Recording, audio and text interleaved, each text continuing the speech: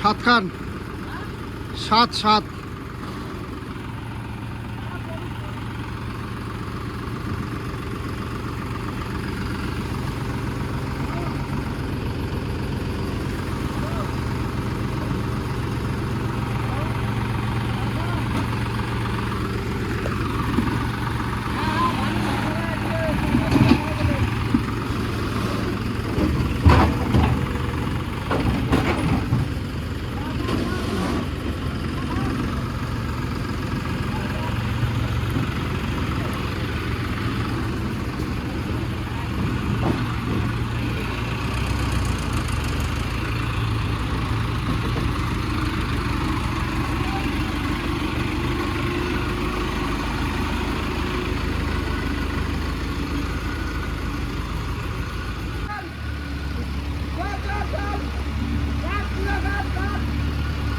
ঘোড়ার কাছে লাগিয়ে দিচ্ছে,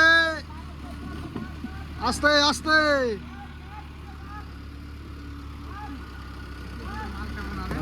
এলপি লোড, মুখে এলপি লোড দিবি,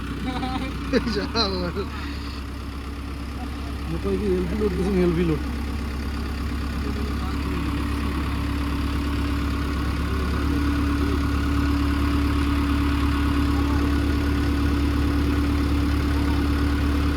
সরা সরা, ওইখান থেকে সরা, ওকে জানলাটা বন্ধ করে দাও, জানলাটা বন্ধ করো।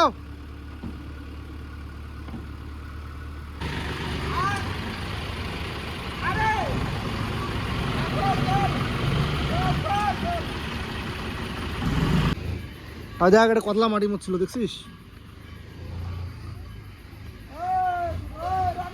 টোটো ব্যাক করো, ব্যাক করো।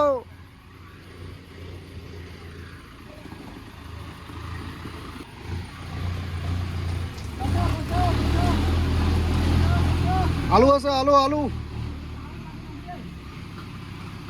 আলু। সকাল সকাল বাড়িতে লেবার লেগে গেছে।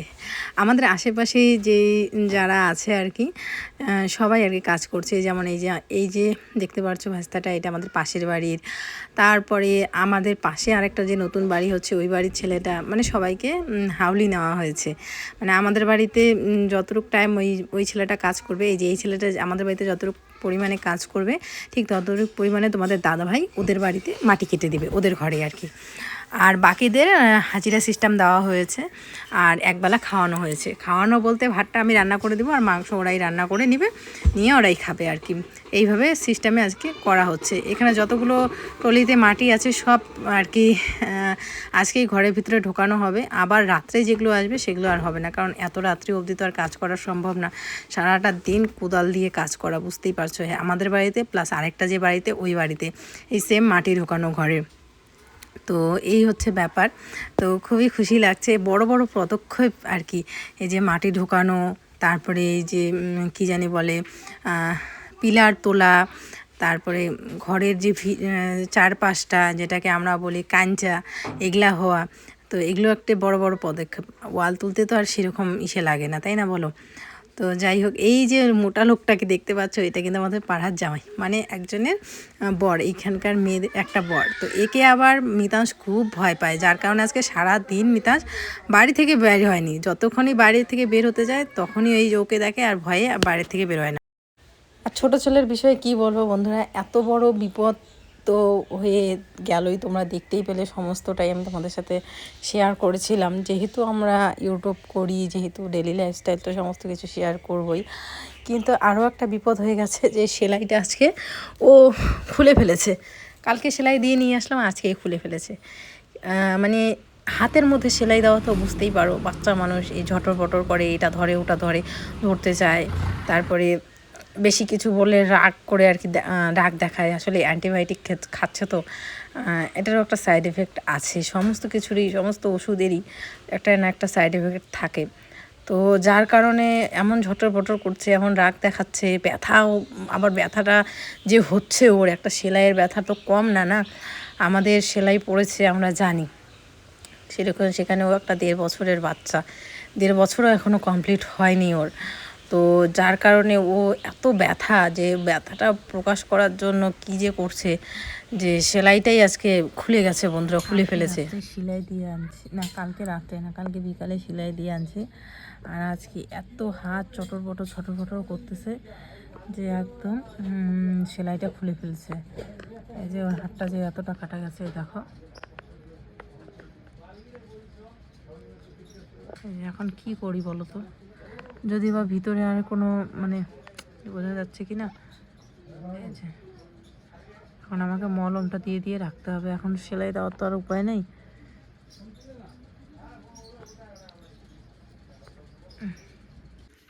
এখন বাজে রাত্রি প্রায় 8:30, আর আমাদের এই যে এই পাশে এতটুকু ভরাট হয়েছে, বোঝাতে পারছি কি না রাত্রেই, কালকে সকালে ভালো করে বোঝাতে পারবো।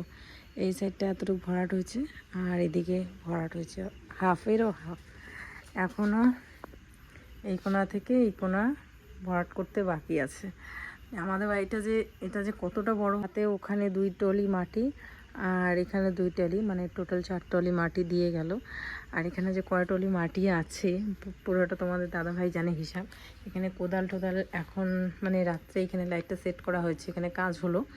তো 8:30 বেজে গেছে, এখন আর কেউ কাজ করবে না, আর স্বাভাবিক সারাদিন আর কত কাজ করবে। তো এগুলো রেখলো, কালকে আবার করবে। মাত্র স্নান করলো, তো বলতেছে একটু চা বানাও খাই।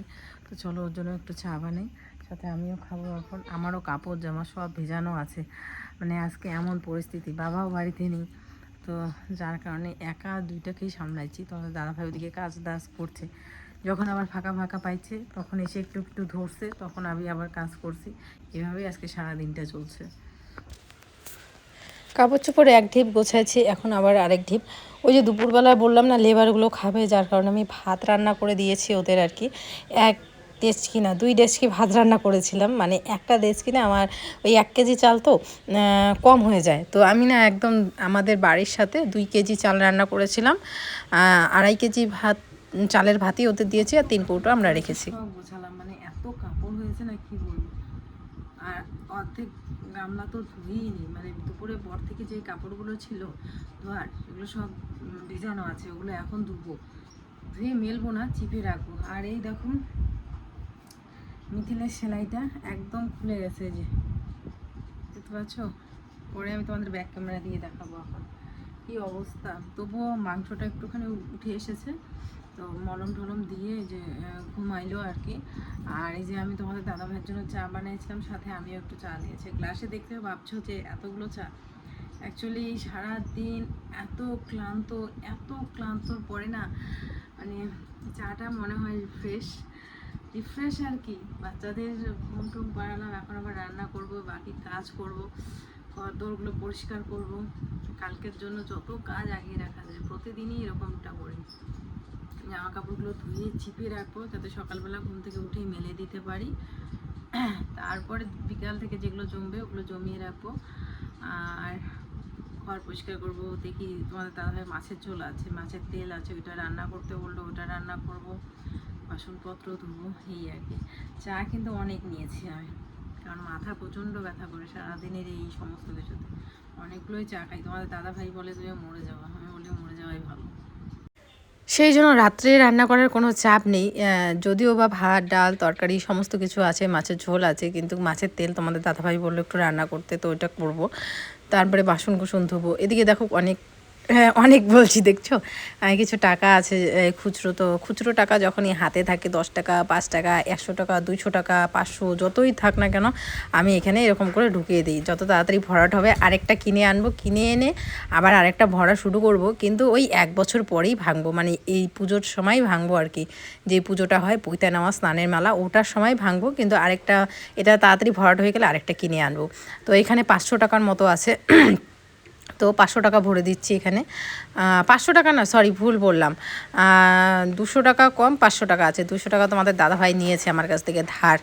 তো ধার নিয়ে নেয় ঠিকই বন্ধুরা, বলে কি সুদে আসলে দিব, কিন্তু সুদ তো দূরের কথা, আসলটাই দেয় না, ভুলে যায়। আবার বলে কি কই নিছো, কোথায় নিছি, কোন দিন নিছি, তোমাকে তো আমি সব টাকা দিয়ে দেই, আমার টাকাই তো তোমার টাকা, এরকম করে 7-5 বুঝিয়ে আমার কাছে নিয়ে নেয়। আমি যে একটু জমাবো সেটা পাই না। মানুষের দুইটা বাচ্চার অত্যাচারে বাঁচি না, এই দেখো ছাগলের অত্যাচার, এই দেখো দেখলে কি অবস্থা করছে আমার রান্নাঘরে, কি অবস্থা। এগুলো আমাকে গুছাইতে হবে এখন।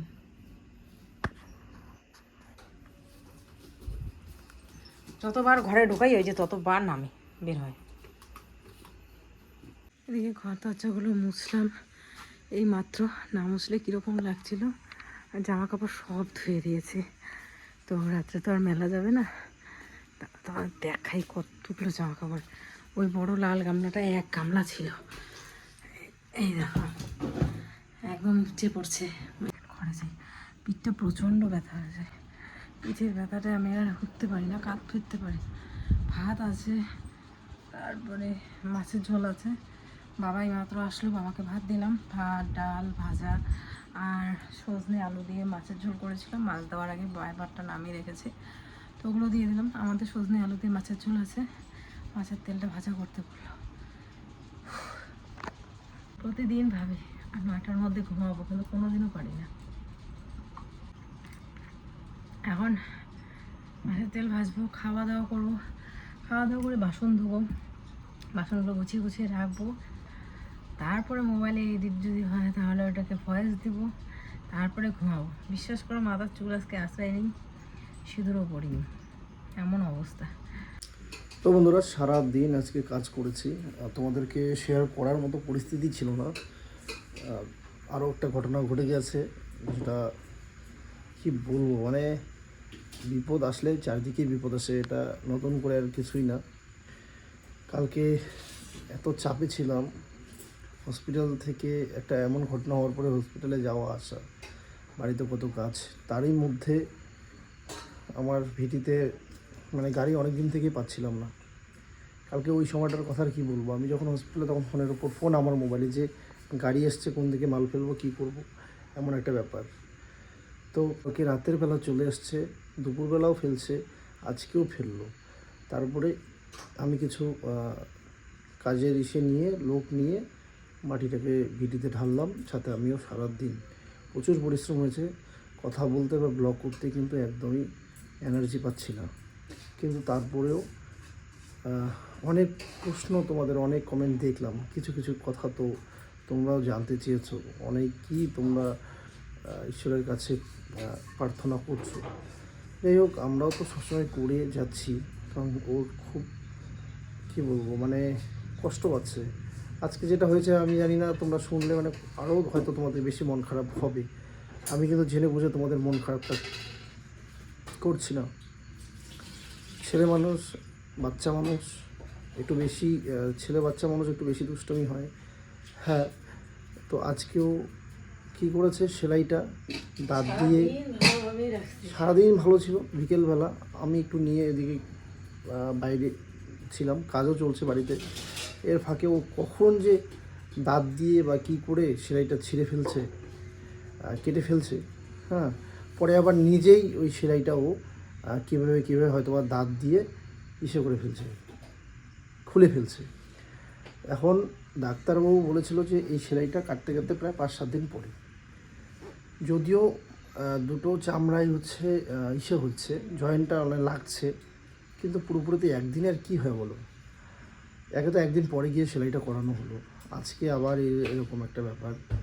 তো সেলাই যখন খুলেই ফেলছে আর কী করব। তারপর আমি ভাবছি যে পাশেই কোনো ডাক্তারকে দেখিয়ে একটু ব্যান্ডেজটা কালকে করে নিব। আজকে রাতের বেলা যেহেতু আজকে আর যাইনি, বিষয়টা খারাপও লাগছে। হাতটা দেখলাম যে যদিও জয়েন্ট লাগছে, কিন্তু সেলাইটা থাকলে ভালো হতো। সেলাইটাও না কীভাবে ছিঁড়ে ফেললো বলার মতো না। এই জিনিসটা হওয়ার পরে আরও বেশি মন খারাপ হয়ে গেল।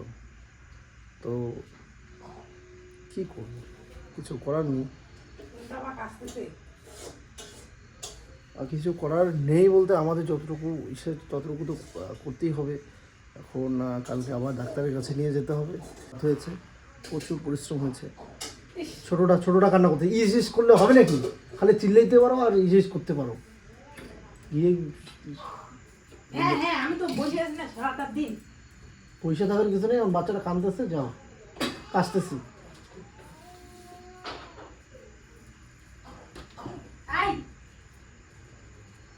এই হচ্ছে পরিস্থিতি বন্ধুরা, মাথা ঠিক নেই। একে তো সারাদিন ক্লান্ত, মৃত্যুরও তো অবস্থা খুব খারাপ।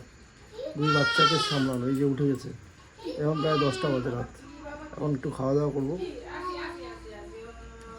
এই হচ্ছে একটা কথা, তোমরা অনেকেই জিজ্ঞেস,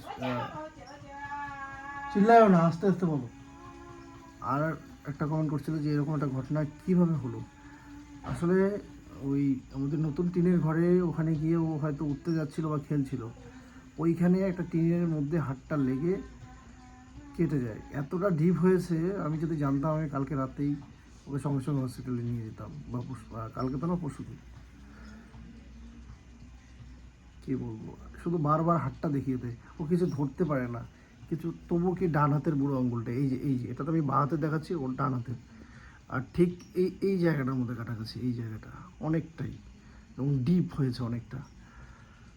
বারবার দেখিয়ে দেয়, বলতে পারে না, হাতটাই ভেবে দেখিয়ে দেয়।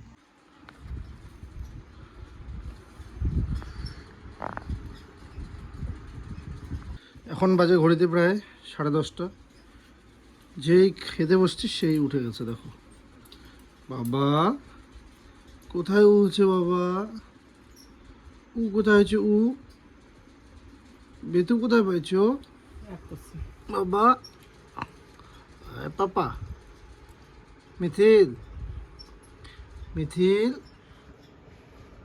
এই মিথিল, রাগ করছো বাবা?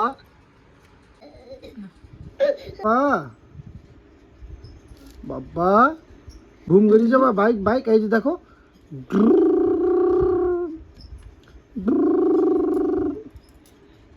কান্না করলে না, কিচ্ছু হয়নি, কিচ্ছু হয়নি, না